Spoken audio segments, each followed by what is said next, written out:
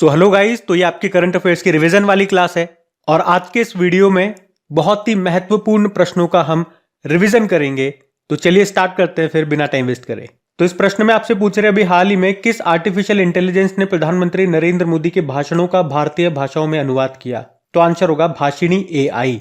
आपको याद होगा, हमने पढ़ा भी था कि काशी तमिल संगम का भी आयोजन हुआ था दूसरे चरण का वाराणसी में। तो वहां पे मोदी जी ने जो भाषण दिए थे तो वो तो हिंदी में भाषण देंगे, लेकिन वहां पे पब्लिक तमिल वाली भी थी जो तमिल बोलती है, तमिल जानती है, जो हिंदी नहीं जानती। अब उनको मोदी जी के भाषण समझ में नहीं आए, तो वहीं पे इस भाषिणी एआई ने उस हिंदी भाषण को तमिल में कन्वर्ट कर दिया और बिल्कुल रियल टाइम ऐसा हुआ। रियल टाइम मतलब जैसे ही मोदी जी ने बोला मारा प्यारा दासमासियों, तो हाथों हाथ उधर कन्वर्ट हो गया अंडरवले, मतलब जो भी तमिल में बोलते हैं। तो सिंपल सा याद रखना है भाषिणी एआई का नाम। और इसी तरह से आपको एक प्रश्न याद आता होगा, अभी सुप्रीम कोर्ट ने भी एआई आधारित क्षेत्रीय भाषा अनुवाद उपकरण को लॉन्च किया था जिसका नाम है सुवास। ये भी याद रखना। फिर अगला प्रश्न है, अभी हाल ही में इंटरनेशनल हॉकी फेडरेशन ने 2023 के लिए best player of the year award देने की घोषणा की। किसे? तो आंसर होगा हार्दिक सिंह को। भारतीय पुरुष हॉकी टीम के मिडफील्डर है हार्दिक सिंह और इनको इस साल का best player of the year का अवार्ड दिया गया। वहीं महिला हॉकी टीम की जो कप्तान है सविता पुनिया, उनको साल का बेस्ट गोलकीपर चुना गया था और सविता पुनिया लगातार तीसरी बार इनको ये खिताब मिला है। तो याद रखना हार्दिक सिंह का नाम और सविता पुनिया का नाम। अच्छा, कभी एग्जाम में पूछ लेना इंटरनेशनल हॉकी फेडरेशन का मुख्यालय कहां पर है, तो याद रखना लुज़ेन स्विट्जरलैंड में है।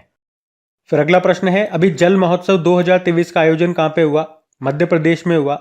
मध्य प्रदेश के खंडवा जिले में एक हनुवंतिया नाम का स्थान है, वहां पे इसका आयोजन हुआ। वन लाइनर प्रश्न है, ऐसे याद रखना। फिर आपसे पूछ रहे हैं अभी हाल ही में किसे मेजर ध्यानचंद खेल रत्न पुरस्कार 2023 के लिए चुना गया? तो आंसर होगा चिराग शेट्टी और सात्विक साईराज रंकीरेड्डी को। मोस्ट इंपॉर्टेंट क्वेश्चन है ये। यहाँ पे हम बात कर रहे हैं मेजर ध्यानचंद खेल रत्न पुरस्कार 2023 की, जो कि दिया गया चिराग शेट्टी और सात्विक साईराज रंकीरेड्डी को। इन दोनों का संबंध किस खेल से है? बैडमिंटन से है। आपको याद होगा पहले इसे राजीव गांधी खेल रत्न पुरस्कार के नाम से जानते थे और सबसे पहला राजीव गांधी खेल रत्न पुरस्कार 1991-92 में दिया गया था हमारे जो पहले ग्रैंड मास्टर हैं विश्वनाथ आनंद को। इसमें पुरस्कार की राशि को भी बढ़ा दिया गया, बढ़ा के अभी 25 लाख रुपए कर दिया गया, ये भी याद रखना। इसके अलावा 26 खिलाड़ियों को अर्जुन पुरस्कार भी दिए गए। मैंने यहाँ पे लिस्ट लगा दी है, वैसे आप एक बार वीडियो को पॉज करके एक बार रीड जरूर कर लेना। अच्छा, मेजर ध्यानचंद जी जिन्हें हॉकी का जादूगर कहते हैं, इनकी जयंती को एक दिवस हम मनाते हैं, नेशनल स्पोर्ट्स डे। कब? 29 अगस्त को, ये भी ध्यान रखना। फिर अगला प्रश्न है कि संयुक्त राष्ट्र ने किस वर्ष को अंतरराष्ट्रीय कैमेलिड्स वर्ष घोषित किया? तो आंसर होगा 2024 को। तो 2024 को हम अंतरराष्ट्रीय कैमेलिड्स ईयर के रूप में मना रहे हैं, यह आप ध्यान रखें। 2023 को हमने अंतरराष्ट्रीय बाजरा वर्ष के रूप में मनाया था। यूनाइटेड नेशन बात करें इसके स्टैटिक की, स्थापना होती है 24 अक्टूबर 1945 को। 193 सदस्य देश है, हेडक्वार्टर न्यूयॉर्क में है और सेक्रेटरी जनरल है एंटोनियो गुतेरेस। फिर अगला प्रश्न है, किसे भूटान के national order of merit gold medal से सम्मानित किया गया? तो आंसर होगा डॉक्टर पूनम खेत्रपाल सिंह को। वैसे ये कौन है? ये वर्ल्ड हेल्थ ऑर्गेनाइजेशन में दक्षिण पूर्व एशिया की पहली महिला क्षेत्रीय निदेशक हैं, एक भारतीय नागरिक हैं ये। और अभी भूटान के जो राजा हैं जिग्मे खेसर नामग्याल वांगचुक, उन्होंने इन्हें national order of merit gold medal से सम्मानित किया। बाकी ऑप्शन भी आपको रिवाइज करा देता हूं। दीनानाथ राजपूत दूसरा रोहिणी नैयर पुरस्कार मिला था। Swati Nayak, Norman E Borlaug Field Award इनको मिला 2023 का। और Sudha Murthy Global Indian Award पाने वाली पहली महिला बनी थी ये। फिर अगला प्रश्न है, BBC sports personality of the year 2023 किसे चुना गया? तो आंसर होगा मैरी एयरअप्स को। मैरी एयरअप्स ये कौन है? ये इंग्लैंड की गोलकीपर है जिन्हें अभी बीबीसी की sports personality of the year घोषित किया गया। और इसके अलावा best team of the year चुना गया मैनचेस्टर सिटी को। बीबीसी मतलब हो गया ब्रिटिश ब्रॉडकास्टिंग कॉर्पोरेशन। और आपको याद होगा अभी इसके एक अध्यक्ष बने थे जो कि भारतीय मूल के हैं, नाम है समीर शाह, ये भी याद रखना। फिर बताओ अंतरराष्ट्रीय मानव एकजुटता दिवस कब मनाया? इंटरनेशनल ह्यूमन सॉलिडेरिटी डे 20 दिसंबर को। और थीम है एडवोकेट फॉर चेंज, बदलाव के पक्षधर। फिर आपसे पूछ रहे हैं अभी 5वां टेनिस प्रीमियर लीग 2023 का खिताब किसने जीता? बंगलुरु मैवरिक्स ने। और इसने किसको हराया? बंगाल विजार्ड्स को हराया। तो बस सिंपल सा याद रखना है किसने जीता, किसको हराया। अगला प्रश्न देखो क्या है, आईपीएल 2024 के लिए नीलामी में सबसे महंगे खिलाड़ी कौन बने? Mitchell Starc. और किसने खरीदा और कितने में खरीदा? कोलकाता नाइट राइडर ने खरीदा 24.75 करोड़ रुपीस में। और इस तरह से आईपीएल इतिहास के सबसे महंगे खिलाड़ी ये बन गए, इसलिए ये प्रश्न मैं आपको करा रहा हूं। और दूसरे सबसे महंगे ये बने पैट कमिंस, ये ऑस्ट्रेलिया के हैं। 20.5 करोड़ रुपए में इनको सनराइजर्स हैदराबाद ने खरीदा है। अगला प्रश्न देखते हैं। फिर बताओ, अभी हाल ही में किसे लीफ एरिक्सन लूनर पुरस्कार से सम्मानित किया गया? तो आंसर होगा इसरो को। तो अभी इसरो को उसके चंद्रयान 3 मिशन के लिए प्रतिष्ठित लीफ एरिक्सन लूनर पुरस्कार से सम्मानित किया गया। आपको बताए, चंद्रमा पर सफल लैंडिंग करने वाला भारत दुनिया का तो वैसे चौथा देश बना था, अमेरिका, रूस और चीन के बाद, लेकिन चांद के दक्षिणी ध्रुव पर उतरने वाला दुनिया का पहला देश बना था हमारा भारत। और चंद्रयान 3 को हमने किस रॉकेट से लॉन्च किया था? LVM-3M4, जिसे हम बाहुबली या फैट बॉय भी कहते हैं। सतीश धवन अंतरिक्ष केंद्र से हमने इसको लॉन्च किया था। अब आप मुझे बताओ, ये वहां पे कब लैंड किया था? और जिस दिन उसने सफल लैंडिंग वहां पे की थी, उस दिन हम राष्ट्रीय अंतरिक्ष दिवस के रूप में मना रहे हैं, तो वो दिन आप बताओ। और जिस पॉइंट पे लैंड किया था उसको हमने क्या नाम दिया, ये भी बताओ। बाकी इसरो तो आप जानते ही हो, इसकी स्थापना होती है 15 अगस्त 1969 में। हेडक्वार्टर बंगलुरु में है और अध्यक्ष वर्तमान में है एस सोमनाथ। पहले अध्यक्ष तो विक्रम साराभाई थे, अभी ये एस सोमनाथ 10वें नंबर के हैं। फिर अगला भी बड़ा महत्वपूर्ण प्रश्न है कि अभी हाल में किसे हिंदी भाषा में साहित्य अकादमी पुरस्कार 2023 से सम्मानित किया गया? तो आंसर होगा संजीव को। पहले तो आपको ये याद रखना है, जो ये साहित्य अकादमी पुरस्कार है कितनी भाषाओं में दिया जाता है? 24 भाषाओं में दिया जाता है, जिसमें से 22 तो आपके 8वीं अनुसूची की 22 भाषाएं हो गई हैं, और एक अंग्रेजी हो गई और एक राजस्थानी हो गई। तो हिंदी भाषा का ये दिया गया संजीव को उनके उपन्यास मुझे पहचानो के लिए, जबकि अंग्रेजी भाषा का किसे दिया गया? नीलम शरण गौर को दिया गया उनके नॉवल रेक्यूम इन रागा जानकी के लिए। बाकी और भी भाषाएं हैं, उनकी मैं यहाँ लिस्ट लगा रहा हूं, तो कम से कम आपके क्षेत्र की जो भाषा है, जैसे आप राजस्थान से हो तो राजस्थानी हो गई, गुजरात से हो तो गुजराती हो गई, तो मतलब आपके स्टेट की अगर कोई यहाँ पे भाषा आती है तो वो आप जरूर याद रखेंगे। हिंदी अंग्रेजी तो याद रखनी ही है, और आपकी भाषा वाली आपके स्टेट के एग्जाम में पूछी जा सकती है। और वैसे इस साहित्य अकादमी पुरस्कार में पुरस्कार राशि कितनी दी जाती है? 1 लाख रुपए। और आप कह सकते हो कि ज्ञानपीठ पुरस्कार के बाद भारत सरकार के द्वारा दिया जाने वाला ये दूसरा सबसे बड़ा साहित्यिक सम्मान है। अब आप मुझे फटाफट से बता दो, ज्ञानपीठ पुरस्कार ये कितनी भाषाओं में दिया जाता है, और अभी 56वां और 57वां किसे दिया गया था? फिर अगला प्रश्न है, अभी हाल ही में किसे यूरोप के सर्वश्रेष्ठ शतरंज प्रतिभावान खिलाड़ी पुरस्कार से सम्मानित किया गया? तो आंसर होगा बोधना शिवानंदन। तो वैसे तो ये भारतीय मूल की ब्रिटिश स्कूली छात्रा है बोधना शिवानंदन, जिनको अभी सुपर टैलेंटेड यूरोपीय चैंपियनशिप में सर्वश्रेष्ठ महिला शतरंज खिलाड़ी का खिताब मिला है। तो सिंपल सा इनका नाम याद रखो आप, और ज्यादा कुछ डीप में जानने वाली बात नहीं है। तो अगला प्रश्न पूछ रहा है आपसे कि किस राज्य सरकार ने उन्नत आरोग्य श्री योजना को शुरू किया? तो आंसर होगा आंध्र प्रदेश ने। तो इसमें क्या होगा? तो इसमें 25 लाख रुपए तक का मुफ्त स्वास्थ्य बीमा उपलब्ध कराया जाएगा, ये याद रखना आप। अगला प्रश्न देखते हैं।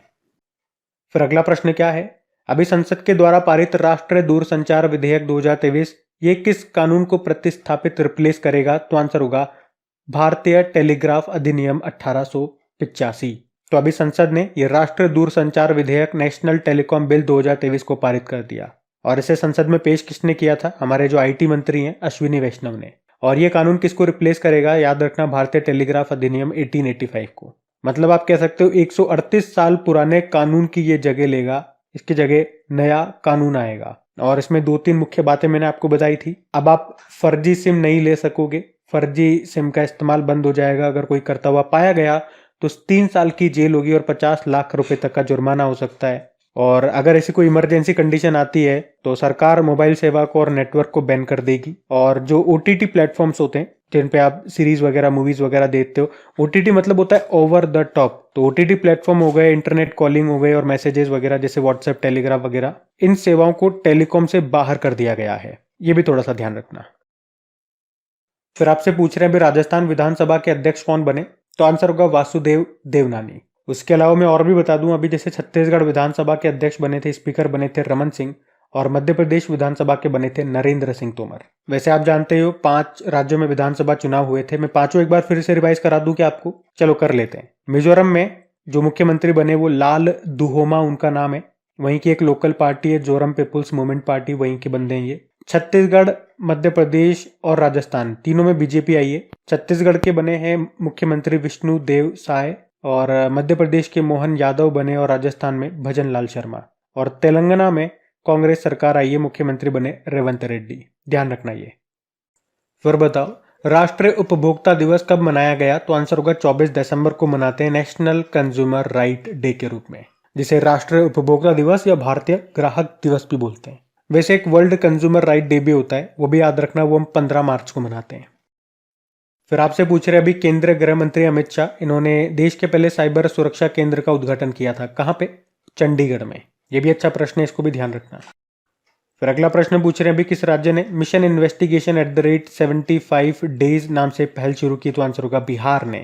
और इस इनिशिएटिव का, इस पहल का उद्देश्य क्या है कि बिहार की पुलिस को ज्यादा से ज्यादा 75 दिन दिए जाएंगे अपनी जांच को पूरे करने के लिए। कोई केस आया तो 75 डेज के अंदर उसकी पूरी इन्वेस्टिगेशन उन्हें करनी होगी, और इसकी मॉनिटरिंग करने की जिम्मेदारी सौंपी गई है अपराध अनुसंधान विभाग को। फिर बताओ अभी कृषक उपहार योजना के तहत किस राज्य ने किसानों को ट्रैक्टर उपहार में दिए? तो आंसर होगा उत्तर प्रदेश। तो अभी याद है ना, हमने चौधरी चरण सिंह जी की जयंती मनाई थी, जिस दिन हम राष्ट्रीय किसान दिवस के रूप में मनाते हैं। उसी दिन उत्तर प्रदेश के मुख्यमंत्री योगी आदित्यनाथ जी ने राज्य के 51 किसानों को ये ट्रैक्टर उपहार में दिए। और किस योजना के अंतर्गत पूछेंगे तो कृषक उपहार योजना के अंतर्गत, मतलब लकी ड्रॉ निकाला गया और इस तरह से इनको ये दिए गए। और राष्ट्रीय किसान दिवस कब मनाया था हमने? 23 दिसंबर को। और ट्रैक्टर से याद आएगा, स्वराज ट्रैक्टर के अभी ब्रांड एम्बेसडर बनाए गए थे महेंद्र सिंह धोनी, ये भी याद रखना। फिर आपसे पूछ रहे हैं अभी हाल ही में अंतरराष्ट्रीय टेबल टेनिस महासंघ फाउंडेशन के गवर्निंग बोर्ड सदस्य के रूप में शामिल होने वाले पहले भारतीय बने कौन? वीटा दानी। तो इसमें शामिल होने वाले ये पहले भारतीय हैं, इसीलिए ये प्रश्न मैं आपको बता रहा हूं, ध्यान रखना। अभी हीरालाल सामरिया याद होगा, मुख्य सूचना आयुक्त बने थे, information commissioner. Hitesh Kumar S Makwana Bharat के महासर्वेक्षक बने। और गीतिका कौल आप जानते ही हो, सियाचिन में तैनात होने वाली पहली महिला मेडिकल ऑफिसर बनी थी ये कैप्टन गीतिका कौल। फिर आपसे पूछ रहे अभी किस हवाई अड्डे के T2 टर्मिनल को यूनेस्को के सबसे खूबसूरत हवाई अड्डे के रूप में मान्यता मिली है? तो आंसर होगा केम्पेगौड़ा इंटरनेशनल एयरपोर्ट। ये कहां पर है? बंगलुरु में है। बंगलुरु के जो संस्थापक थे केम्पेगौड़ा जी, उन्हीं के नाम पे इसका नाम रख दिया गया। और आपको याद भी होगा, मोदी जी ने केम्पेगौड़ा जी की स्टैचू का अनावरण यहीं पे किया था। हाइट याद रखना, उसकी 108 फीट ऊंची उसकी हाइट है स्टैचू की, और उसका नाम दिया गया स्टैचू ऑफ प्रॉस्पेरिटी। उसको बनाया स्टैचू को रामवी सुतार ने। अगले प्रश्न में आपसे पूछ रहे हैं कि अभी हिंद महासागर संगोष्ठी में नौसेना प्रमुखों के सम्मेलन का 8वां संस्करण कहां पे हुआ? तो आंसर होगा थाईलैंड में हुआ था। सिंपल सा याद रखना, 1 लाइनर प्रश्न है। फिर अगला प्रश्न भी अच्छा है कि विश्व भारती के शोधकर्ताओं ने खोजे गए बैक्टीरिया को किनका नाम दिया या किनके नाम पे उसका नाम रखा? तो रविंद्रनाथ टैगोर जी। और ये इन्होंने जो बैक्टीरिया खोजा है ना, ये क्या करता है? ये पौधे की वृद्धि में सहायक होता है। ये खास बात है इस बैक्टीरिया की, और इसका नाम नोबेल पुरस्कार विजेता रविंद्रनाथ टैगोर जी के नाम पे रखा है। क्या नाम रखा? पेंटोया टैगोरी। और आप कह सकते हो ये पहली बार है जब किसी जीवित जीव का नाम प्रतिष्ठित व्यक्ति के नाम पे रखा गया।